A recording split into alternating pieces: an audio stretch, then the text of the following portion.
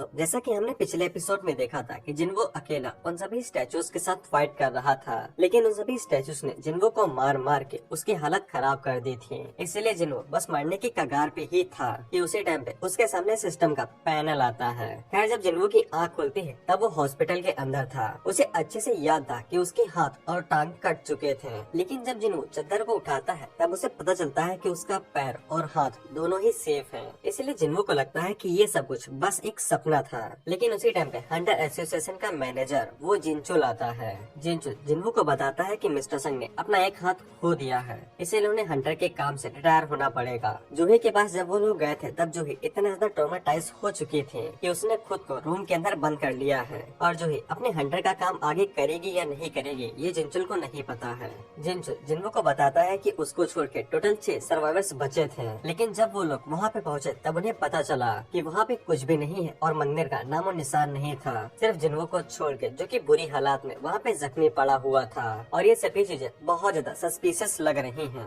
लेकिन जिनचुल अभी के लिए इन्हें इग्नोर करते हुए वो जिन्वो से पूछता है कि उसने कभी भी सेकंड अवेकनिंग को एक्सपीरियंस किया है। दरअसल सेकंड अवेकनिंग बहुत ज्यादा रेयर केस होता है। जैसे कि हमें पता है कि हंटर्स की पावर उनकी लिमिट के ऊपर डिपेंड करती है जब वो अवेकन होते हैं, और जब एक बार उनकी लिमिट सेट हो जाती है तो फिर वो दोबारा अपग्रेड नहीं कर सकते हैं। यानी कि हंटर अपनी ई क्लास से सी या फिर डी नहीं बन सकते हैं। लेकिन जब कभी भी किसी हंटर की सेकंड अवेकनिंग होती है तब उनकी स्ट्रेंथ बहुत ज्यादा बढ़ जाती है और वो करीब करीब ए या फिर एस क्लास तक जा सकती है। इसे जिन्वो काफी खुश हो जाता है कि उसका लेवल बढ़ चुका है और उसे ज्यादा पैसे मिल सकते हैं। वहीं पे जिनचुल अपने मन के अंदर सोचता है कि उन्होंने बताया था कि वहाँ पे एक झटके में मार देने वाले मैजिकल बीस्ट थे, इसीलिए उसे पूरा यकीन था कि किसी ए क्लास का हंटर उस जगह पे सर्वाइव कर ही नहीं सकता है और जिन्वो को जरूर ए या फिर एस क्लास का होना चाहिए। फिर वो लोग जिन्वो को माना मीटर देते हैं उसके लेवल को चेक करने के लिए, लेकिन जिन्वो का जो माना था वो सिर्फ 10% था। फिर जब जिन्वो एक्साइटेड होके उनसे पूछता है कि वो किस रैंक पे है, तो फिर जिनचुल आगे से कहता है कि माफ कर दो, हमें गलतफहमी हो गई थी, तुमने सेकंड अवेकनिंग नहीं की है।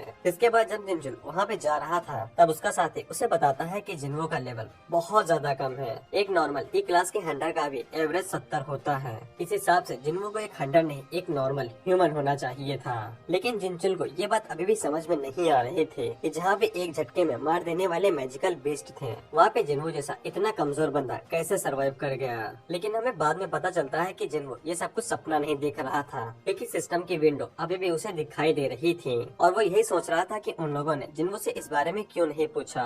लेकिन उसे पता चल जाता है कि वो लोग इसे नहीं देख सकते हैं और सिर्फ जिन्वो ही है जो इस विंडो को देख सकता है। और तब जाके जिन्वो को याद आता है कि उसने आखिरी समय पे यस का बटन दबा दिया था, इसीलिए वो जिंदा है। उसी टाइम पे वहाँ पे जिना आती है जो कि जिन्वो की छोटी बहन है और वो जिन्वो के ऊपर चिल्लाने लगती है कि उसे जरा सा भी होश नहीं है कि अगर जिन्वो को कुछ हो जाता या फिर वो मारा जाता तो फिर जिना और उसकी मदर के साथ क्या होता।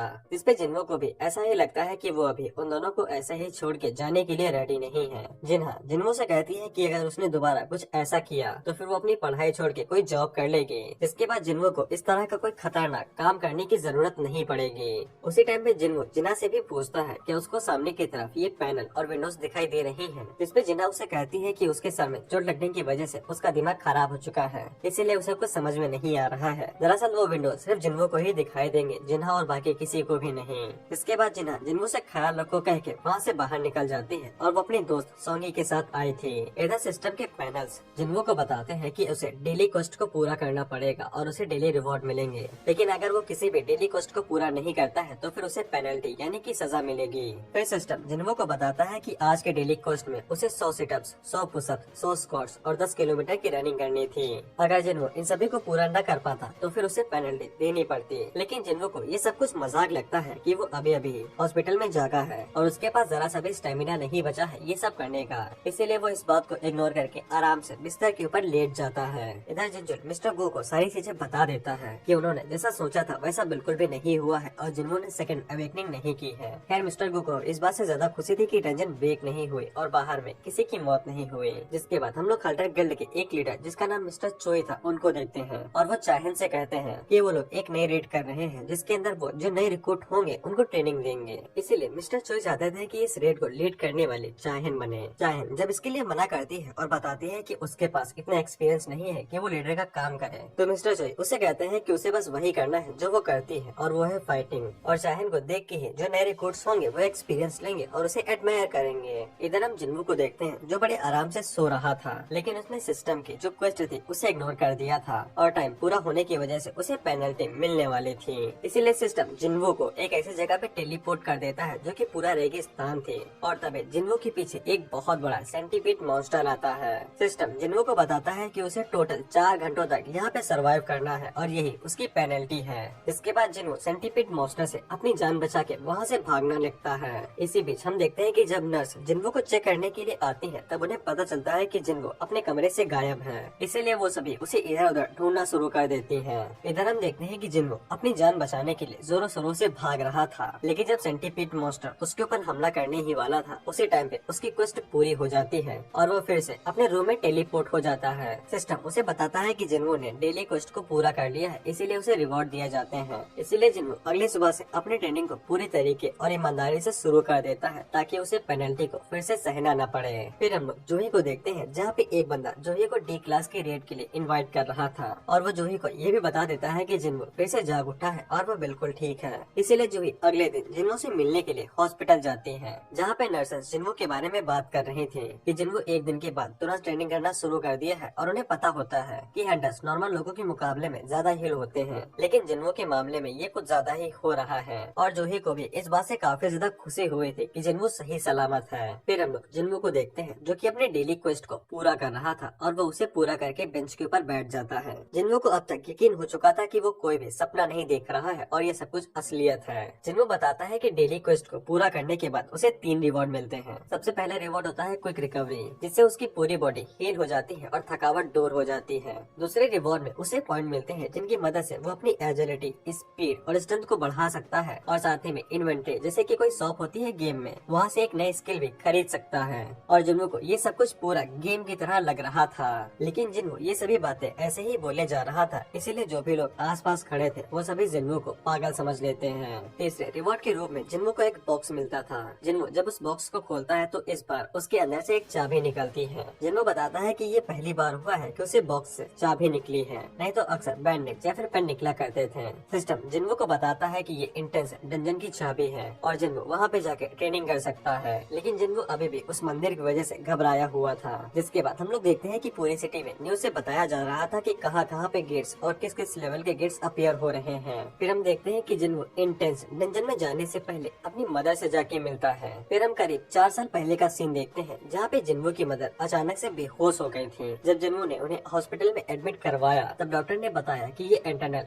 स्लीप डिसीज है जो कि डंजन गेट अपीयर होने के साथ ही आई है और इस डिसीज का असर करीब 10,000 लोगों के ऊपर हुआ है और ऐसा माना जाता है कि ये बीमारी माना के ज्यादा बढ़ जाने की वजह से होती है, लेकिन अभी की टेक्नोलॉजी इस तरह की डिसीज को ठीक करने के लिए डेवलप नहीं हुई थी। इसीलिए जितने भी पेशेंट होते हैं उन सभी को बस एक माना क्रिस्टल के साथ रख दिया जाता है जिससे वो प्रिजर्व रहते हैं जैसे कि कोई कोमा में हो, लेकिन इसका जो मेडिकल बिल होता है वो बहुत ज्यादा होता है। इसीलिए जिन्वो पैसे जमा करने के लिए कंस्ट्रक्शन साइट पे भी काम किया करता था, लेकिन एक दिन अचानक से उसे ऐसा महसूस हुआ कि उसकी पावर जाग उठी है। इसके बाद वो अगले दिन हंटर एसोसिएशन के पास गया इस बात को कंफर्म करने के लिए और उन लोगों ने भी उसे बता दिया कि अब से वो रेड्स को ज्वाइन कर सकता है, लेकिन सिर्फ ई लेवल की। इसके बाद उसने ये बात जिना को बताई और वो दोनों ही काफी खुश हो गए थे, लेकिन जैसा कि हमें पता है कि जिन्वो ई लेवल का भी हंटर नहीं है, वो बस नॉर्मल लोगों से हल्का सा ताकतवर है। इसीलिए वो ई रैंक की डंजन के अंदर भी बहुत ज्यादा यूजलेस रहता है और लोगों के ऊपर बोझ बनता है। फिर हम देखते हैं कि जिन्वो ने अपने पॉइंट्स को स्ट्रेंथ के अंदर ऐड कर दिया था, इसीलिए उसकी ताकत पहले से बढ़ चुकी थी।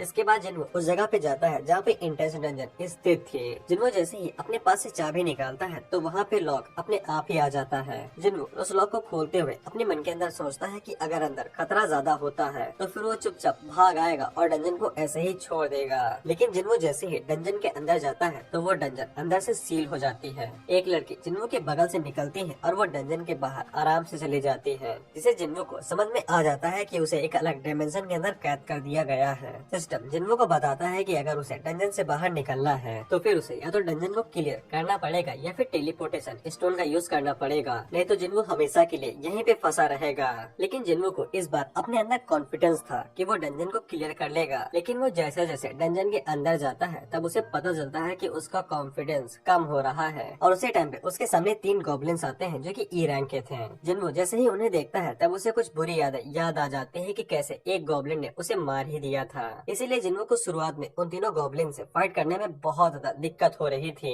और वो तीनों गॉब्लिन एक साथ जिन्वो को डोमिनेट करते हुए जा रहे थे और जिन्वो बस हार ही चुका था कि जिन्वो अचानक से उठता है और एक गॉब्लिन के ऊपर हमला करके उसे मार देता है। जिन्वो जैसे ही उसे मार गिराता है तो फिर उसके अंदर फिर से कॉन्फिडेंस आ जाता है, जिसके बाद वो बाकी दोनों के साथ भी फाइट करने लगता है और उन्हें भी एक एक करके मार देता है। और जिन्वो जब उन तीनों को मार देता है तब उसे और ज्यादा कॉन्फिडेंस फील होने लगता है और उसे लगता है कि वो ताकतवर हो चुका है। लेकिन जिन्वो जब ये सब कुछ सोच ही रहा था तभी हम देखते हैं कि उसके पीछे से एक और मैजिकल बीस्ट आता है जो कि जिन्वो के ऊपर हमला करता है और जब जिन्वो उसके ऊपर डैगर से हमला करता है तब उसके डैगर के चीथड़े उड़ जाते हैं। जिन्वो एक नजर में ही पहचान जाता है कि ये बीस्ट उन तीनों गॉब्लिन से बहुत ज्यादा शक्तिशाली है। हमें पता चलता है कि इस बीस्ट के पास स्टील के दांत थे और इसका नाम लाइकन था। जिसके बाद जब जिन्वो एक जगह से हिलने की कोशिश करता है तब उसके पैर कांपने लगे थे और वो हिल भी नहीं पा रहा था। जिन्वो अपने मन के अंदर उन्हीं सब टेम्पल्स के बारे में सोचता है और ये कहता है कि मैं सच में यहाँ पे ट्रॉमेटाइज हो सकता हूँ, मेरे पास इतना भी टाइम नहीं है। उसी टाइम पे लाइकन जिन्वो के ऊपर हमला करता है और उसके गाल के ऊपर एक स्क्रैच मार देता है, जिससे जिन्वो को समझ में आ जाता है कि उसकी बॉडी यहाँ पे हील नहीं होगी। अगर जिन्वो यहाँ पे मारा जाता है तो फिर उसका खेल हमेशा के लिए खत्म हो जाएगा। इसी के बाद लाइकन जिन्वो के ऊपर हमला कर देता है और इसी के साथ ये एपिसोड यहीं पे खत्म होता है।